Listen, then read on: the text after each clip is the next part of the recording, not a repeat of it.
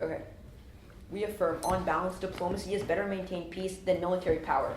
Our framework for this round is that we prioritize peace over everything else because it's a precedent for lives and economy. With this in mind, the pro side will prove that diplomacy has better maintained peace than military power by providing both that diplomacy works and military power doesn't. Contention 1, military power aggravates conflict. Subpoint A, failure. In the 1980s, most U.S. military leaders and many political and policymakers drew a strong conclusion from the failure of U.S. policy to Vietnam. This viewpoint was spelled out most clearly by Secretary of Defense Caspar Weinberg in 1984, who writes, "Force should and could only be used as a last resort," he stated, "to protect vital American interests, and with the commitment to win. Threats of force should not be used as a means of long-lasting peace or resolution." Subpoint B, arms race. Military power leads to a global arms race. The rise of military power leads to countries always attempting to get the upper hand. An arms race in its original usage is a competition between two or more parties or groups to have the best armed forces. Each party competes to produce larger number of weapons, generate armies, superior military technology, and an escalation. Military power is directly linked to an arms race. The buildup of military power pushes other countries to develop their own weapons. Ryder quantifies the impact of arms race, finding that the increased chance of war by 331% when there is an arms race. Powell 2017 further quantifies that in war, 1 million lives will be lost and $1 trillion of economic damage will be left. Our impact to this is miscalculation. This is where might impact tensions and larger weapons. With war becoming more impactful, whichever side can minimize the chance of war wins. However, when both sides of the conflict are standstill, both sides are eager to anticipate the action of its enemy, and their eagerness increases the cost of war increases. The chance of misinterpretation increases further as tension rises, and this miscalculation spells the end of peace and the beginning of deadly conflict. Contention 2, increase in the threat and the way we handle conflicts. Subpoint A, weapons and the cost of war. Humanity as a whole is increasingly becoming a threat to itself over the past few centuries. Before World War II and even World War I, wars were made using relatively small weapons. Swords and bows and guns even could kill maybe 1 to even 2 people at a given time and were easily countered. However, as the world progresses technologically, more fearsome weapons are produced, including the first nuclear bomb that was detonated in Hiroshima. This bomb caused 800,000 deaths and made over 700,000 injuries. Furthermore, the long-term effects of the residual radiation cause extreme health issues. And this is just the first implementation of such a bomb.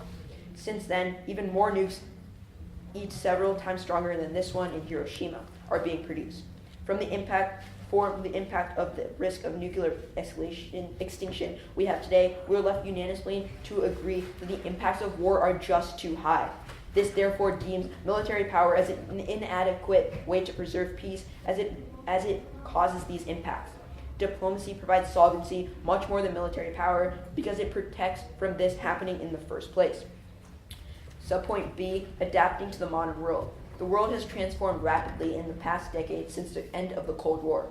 An old system is gone, and although it's easy to identify what has changed, it is not clear yet what the new system is. Old patterns have come unstruck if a new pattern is still emerging. It is still too soon to define this clearly. The list of potential epoch-making changes in the familiar by now. The end of an era of bipolarity and a new wave of democratization, increasing globalization of the information and economic power. More frequent efforts at international coordination or security policies are rash. For those reasons, Judge, I strongly urge an affirmative ballot. Ready for crossfire? 2 minutes, right? Hold on.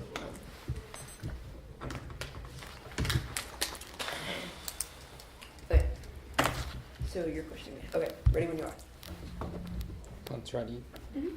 Judge ready. And my time starts now. What was your second contention again? Okay, so our second contention was talking about how we basically address problems. What was your subpoint A? Weapons and cost of war. And subpoint B? Adapting to the modern world. Okay. For your contention 1, you stated that force should be left to a last resort, right? Yes. Okay, thanks. You said that it would lead, military use would lead to an arms race, right? Yes, that is also point B. But how do you know that for sure? Okay, so first of all, what we can see is that in military power is basically like increasing arms. Is that correct? Yeah. Okay. So when more countries, develop arms, we can see that right now. We can give the example in the Asia Pacific region. So for example, the United States is in South Korea, correct? Yeah. Okay. So when the United States was recently added into that region, we can see that North Korea and China have just increased their arms. Oh, okay. Okay, so for, yeah. Okay. Thank you. For your second contention, you said that a nuclear bomb was dropped in Hiroshima. Wasn't it an atomic bomb? An atomic bomb. Okay, atomic bomb, sure. But the impacts are still there. 800,000 lives were lost and 700,000 were injured. Okay, thank you. That's all. That's all. You want prep time? Or do you want to? Oh, no. Okay. Hold on. Okay.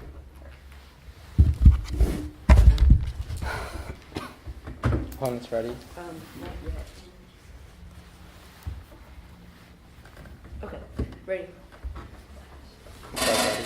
And my time starts in 3, 2, 1, go. Martin Luther King Jr. once said, "Peace is more important than all justice. And peace was not made for the sake of justice, but justice for the sake of peace." Hello, Judge. My name is Byron Fan, and I proudly negate the result. On balance, diplomacy has better maintained peace than military power, simply because diplomacy cannot completely eradicate a problem, and military power is more effective. I offer the framework of longevity, as it is the most important thing for a country. So the team that best provides for this should win today's round. Contention 1. Diplomacy cannot completely eradicate a problem. According to Foreign Policy notes, the Treaty of Versailles was the worst treaty signed by the U.S. In turn of the treaty was unsuccessful because the signatories tried to divide too much of Europe and were excessively punitive to Germany. And what looked like a victory at first blush ended up hurting everyone, said Edward Swain, a professor and treaty expert at George Washington University Law School. We can see here that a diplomatic treaty did not completely eradicate the antagony of Germany, but rather fueled it until matter got out of hands. The peace treaty at the end of World War I wasn't all that bad. It set up the League of Nations, precursor to the UN, along with early human rights provisions, said Duncan Hollis, Associate Dean of Temple University, Beasley School of Law, and former attorney advisor for treaty affairs at the U.S. State Department. But historians have long criticized the excessively punitive reparations that the treaty levied on Germany, destroying the country's economy and helping build fertile ground for the rise of Nazism and Hitler. The League of Nations would eventually jeopardize the U.S. sovereignty throughout this treaty. Contention 2. Military power is more effective. Subpoint 8. Deterrence. Deterrence is the idea of discouraging an action or event through instilling fear or doubt of the sequence, thus resolving a conflict before it even starts. During the Cold War, the U.S. succeeded in using the strategy of deterrence to reach the objective of getting rid of the Soviet Union and ending the war. According to an article called War and Peace, the Atomic Age, War, Peace, and Power from Stanford University, deterrence will work in the future simply because of the world we live in. Nuclear war, or the weapons of mass destruction, are so powerful and destructive that a state would be foolish to risk being attacked by them. Deterrence is achieved not through the ability to defend, but the ability to punish. That is why deterrence will work and will continue to work. Nuclear weapons punish, and whether the credibility is all there or not, not even the slim chance that state may use nuclear weapons completely changes the calculations and determinations of war. Subpoint B, controls arms race. Many fear that deterrence will lead to a nuclear proliferation, but that simply won't happen. According to the same paper by Stanford University, arms control will also work in the future because nuclear weapons alter the dynamic of arms races. With conventional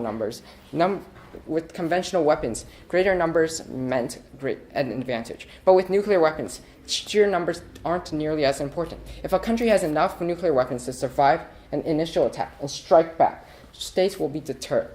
Clearly, deterrence and arms race control go together. With deterrent forces, arms race in their ultimate form, the fighting of offensive wars designed to increase national security, become pointless. Judge, as you can see, diplomacy will fail to eradicate the problem, and the use of military power is more effective in keeping the peace through deterrence and arms control. Due to the aforementioned reasons, I strongly urge for a con ballot. Thank you. CX. Mine? It's first speakers. It is. Yeah. First speakers.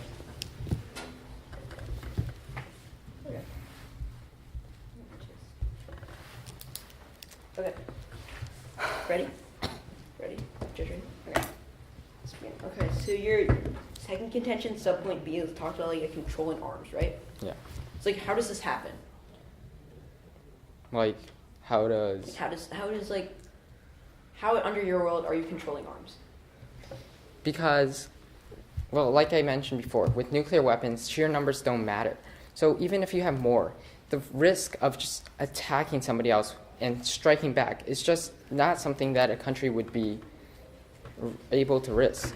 But I would argue that under your world it's worse, because what we see is that there's going to be more military, like, power, correct? You're going to have, like, more weapons. Yes. So I would argue that if you're trying to, okay, so basically what I'm trying to say here is that under your world, I would just argue it's worse because there's just going to be more arms. Can I ask another question? Yeah. Okay, sorry. So your contention 1 talks about like diplomacy can't solve, correct? Yeah, diplomacy cannot completely eradicate a problem. Okay, so basically it can't fully solve the problem. Yes. Okay, so like you give us this Treaty of Versailles thing, right? Yeah. And like you kind of link it into World War II. Yeah. So how do you prove any solvency? Come again? How do you prove any solvency?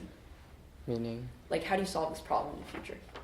Oh, well, see, what I would do would... Well, no, not what I would do. Yeah, I know what you mean. But, like, by the use of military power, it would ensure that the problem would be completely solved and would not leave it How halfway. would it be completely solved if there's just going to be more weapons in the region? With more weapons, then, like the idea of deterrence, you won't attack because it will be risking the death of your people. And any rational leader will be able to, like, know that if you attack, then they will attack back, leading to the destruction, like the idea of mutually assured destruction. So like your biggest point in your case is like deterrence, right? Mutually assured destruction. All right. You're in the neg block. Do you want prep time?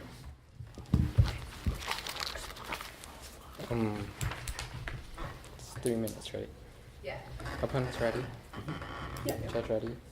And my time starts in 3, 2, 1. My opponent's first contention was that military leads to conflict. But as I mentioned before, well, something that contradicts that would be World War II. World War II, after the Second World War, there has never been another World War II. Another World War.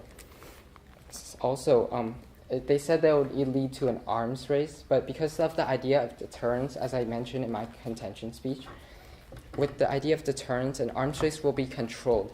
So even if you have numbers, sheer numbers aren't as important as, because the idea of mutually assured destruction makes sure that any leader will be sure to not risk the possibility of his people dying, as it is the most important thing for a country to do is to keep the safety of their people. Their second contention was that diplomacy works, but as I mentioned before, such as using the example of Treaty of Versailles after World War I, it set the ground for the leadership and rise of Hitler, which led to several million deaths after World War II, thus proving that diplomacy does not work. Yeah, that's it. Judge, as you can see, I've clearly refuted all of my opponent's contentions. Thank you. Ready for the question?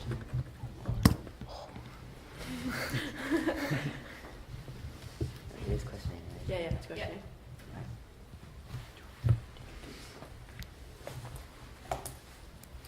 Okay, and I'm questioning you. Mm-hmm.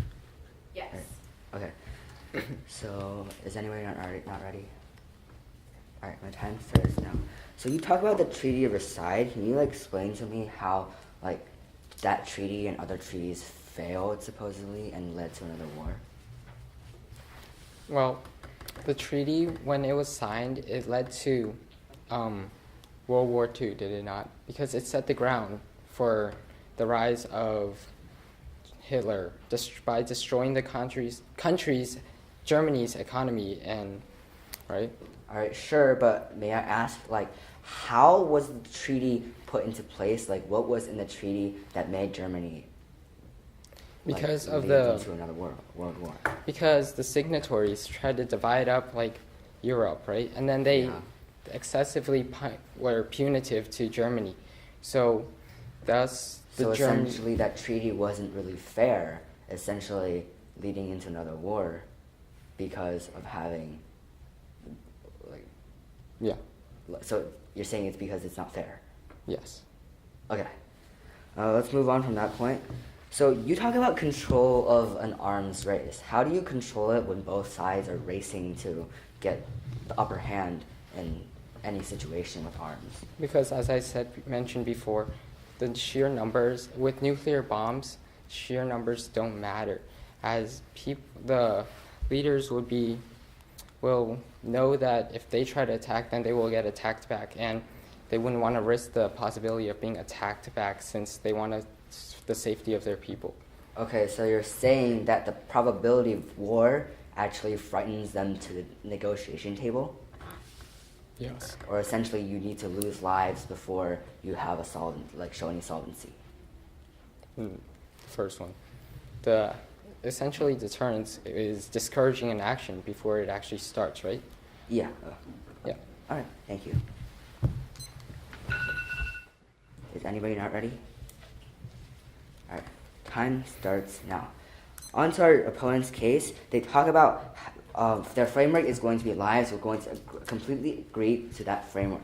Now let's move on to contention 1, which talks about how diplomacy fails. They give you one main example of a treaty with diplomacy that talks about how after World War I, it was talking about Germany and Germany leading into World War II because of that treaty. We talked about this in Crossfire and led to a conclusion saying that that treaty was unfair and thus led to Germany leading into a war. Thus, diplomacy has no part in this, but it was just the unfairness of that treaty. In fact, we can give you 3 examples of treaties that have worked in the past. First, worked in the past with diplomacy by itself. First is the Moscow Treaty. This treaty limited the nuclear arsenal of both U.S. and Russia. What's more, it increased the U.S. and Russian alliance and also limited or prevented cyber attacks from both sides. Now let's move on to the second one, which is the U.S.-South Korean Free Trade Agreement. It opened up more trade from South Korea and the U.S. with no means of using military power. And on the third one, about the Arms Race Treaty, it regulated conventional warfare and reduced humanitarian suffering in the entire world. And these are a few of many examples of diplomacy working without military power. Now, on to their contention 2, which is about how military power is effective. They talk about deterrence. First, they talk about deterrence and saying that one side having more weapons than the other and the other catching up in an arms race actually leads to leaders thinking more about their citizens' lives. However, we directly link into this into saving lives because there's a higher probability of war when you have more weapons in the equation of war. Essentially, in their world, what you see is going to be more weapons on both sides, and essentially, Ryder in 2011 quantifies for you, saying that having an arms race between two or more parties has an increase in 331% chance of war than rather without. What's more is that a war in only the Korean Peninsula with the Korean missile crisis would lead to $1 trillion of economic damage and 1 million dead. What's more is that you can turn this argument on them because in their world, using military power has more weapons than we will ever have in our world. And then they talk about in their subpoint B about controlling an arms race. Essentially, when an arms race gets initiated, you can't control it. Look to the Cold War. When Cold War was initiated, both sides kept building more nuclear weapons until the point that diplomacy stepped in, was able to solve that conflict. Essentially, they may talk about how nukes are more of a deterrence factor, but what you see is that the cost of war is too much for both that fails. If you're going to take the possibility of failing, you vote for our side because we show more solvency in the problem. And this is why you vote con. Or pro. Oops. Okay, so what is it? Last cross-examination. So it's you, me. It's the speaker. Oh yeah. Okay, so it's you versus him again. Yep.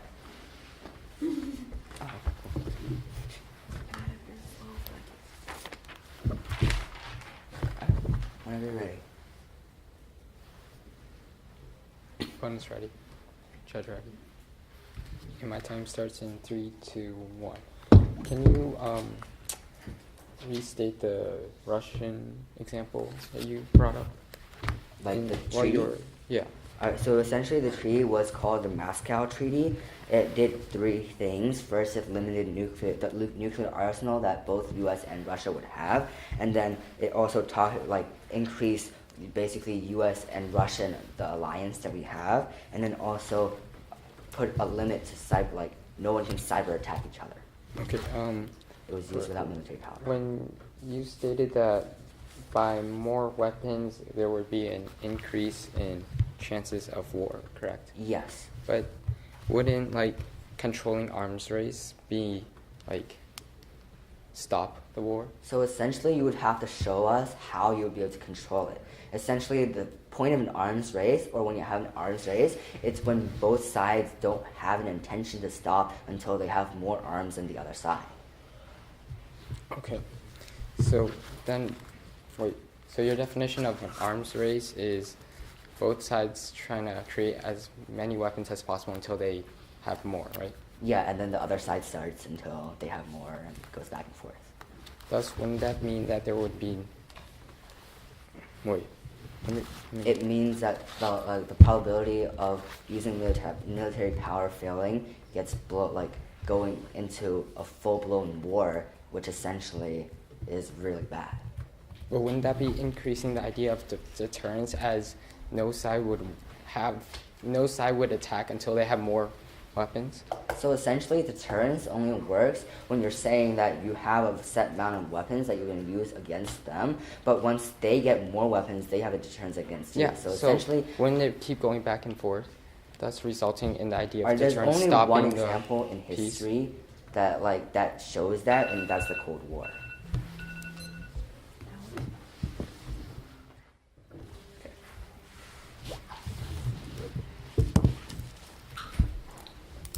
Okay, so the order is going to be just defending our case, and then if time permits, I'll just extend some points. Okay. So that said, is anybody not ready to begin? All right.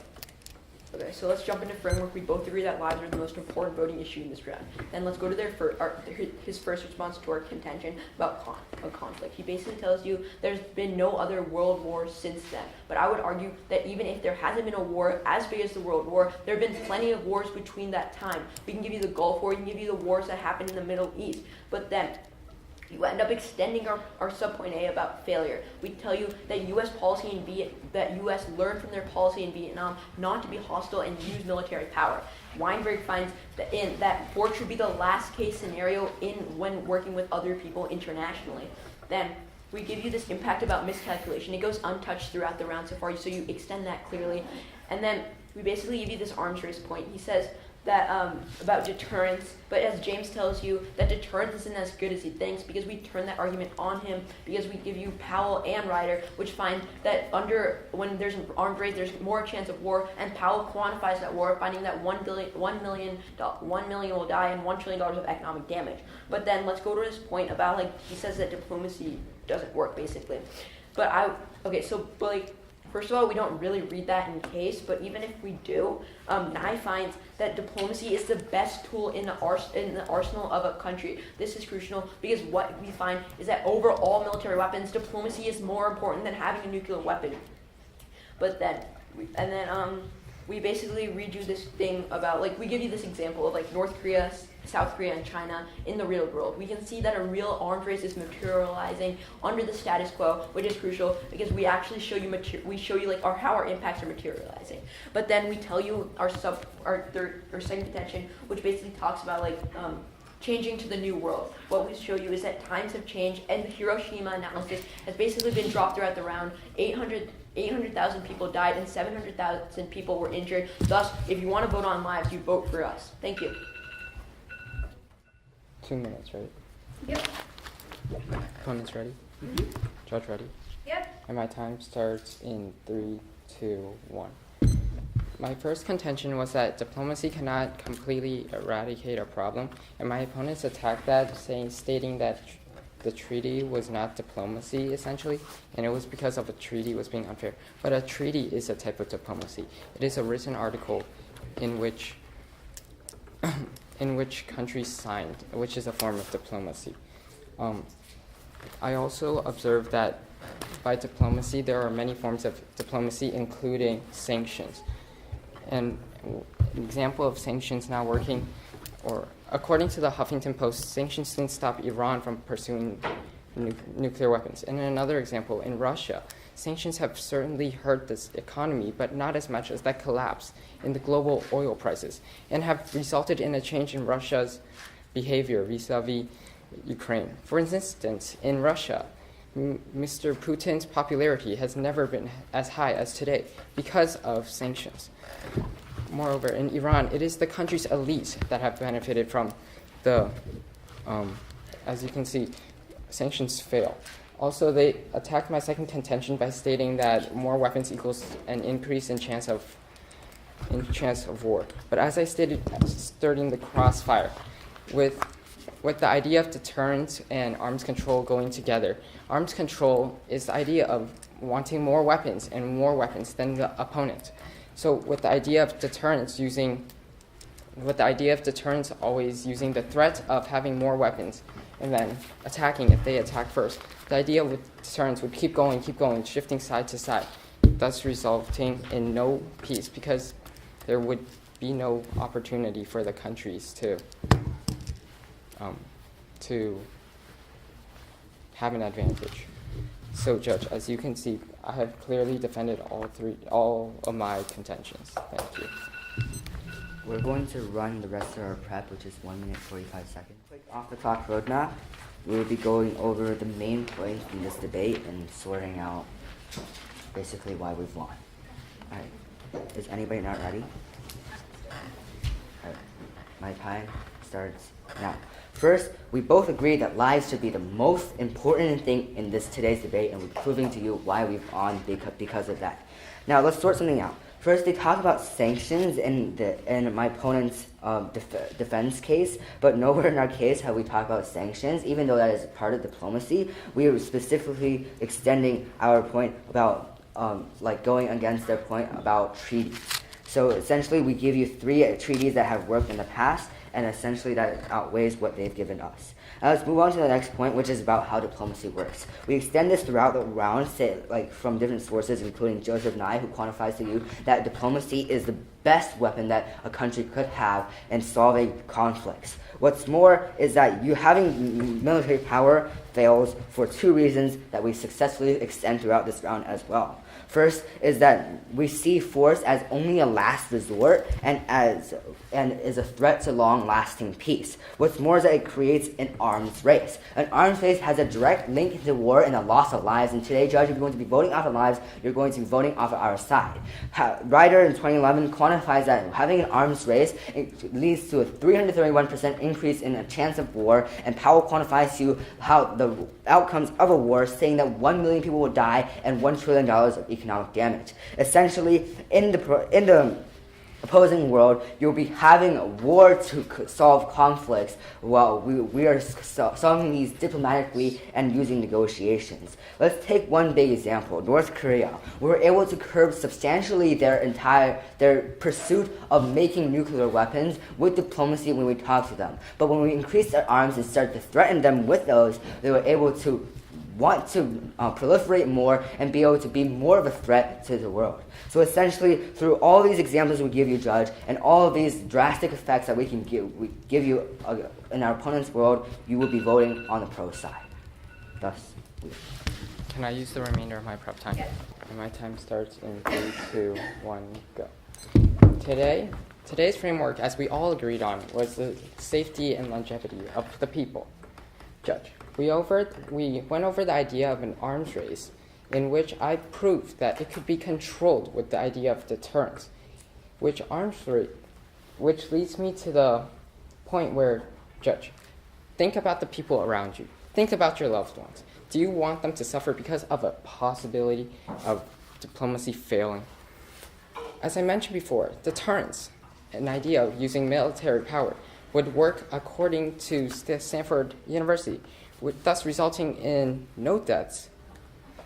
And without deaths, your loved ones, the people around you, will all be safe, as opposed to them having a possibility of dying, as proven by diplomacy, cannot completely eradicate a problem. That problem will come back again and again. Do you want that to happen to your future generations? Do you want them to face the idea of more problems while you can solve it right now with military power? So, Judge, I strongly urge for you to vote for a con ballot. Thank you.